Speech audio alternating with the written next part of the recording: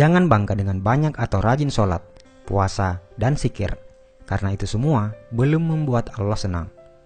Mau tahu apa yang membuat Allah senang?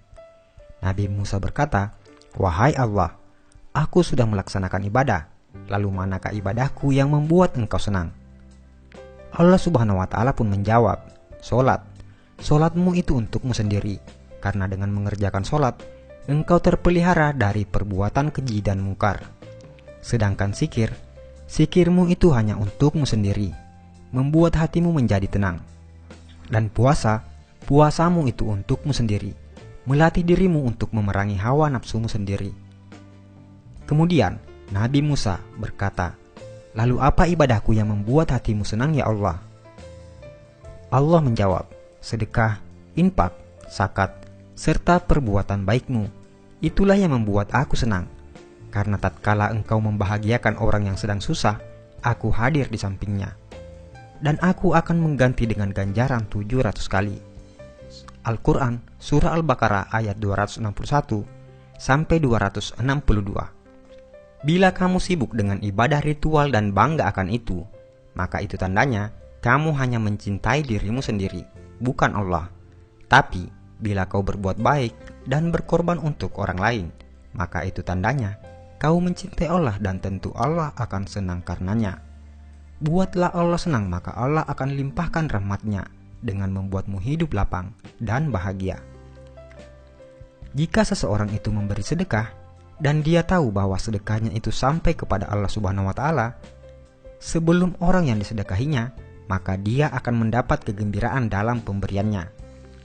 Apakah kamu tahu antara keutamaan dari sedekah itu?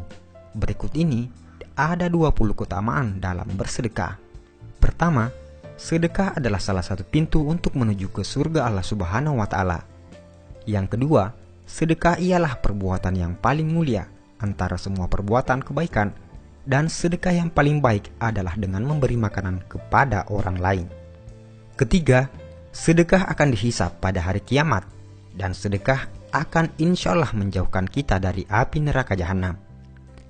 Yang keempat, sedekah mampu memadamkan kemurkaan Allah Subhanahu wa Ta'ala dan mampu memadamkan kepanasan di dalam kubur.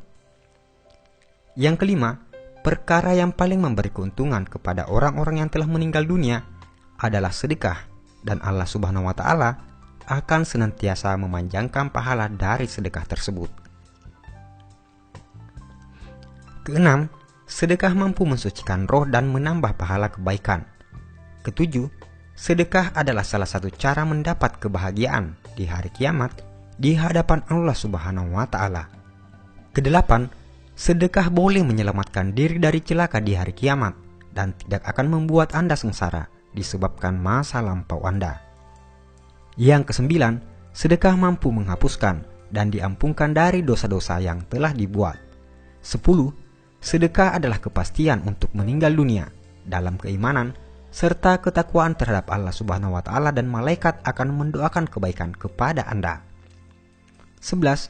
Orang-orang yang memberi sedekah ialah orang-orang yang baik, dan siapapun yang terlibat dalam melakukan kebaikan tersebut akan diberi ganjaran oleh Allah Subhanahu wa Ta'ala. Yang ke-12, orang yang memberi sedekah dijanjikan akan mendapat ganjaran yang hebat dari Allah Subhanahu wa Ta'ala, insya Allah.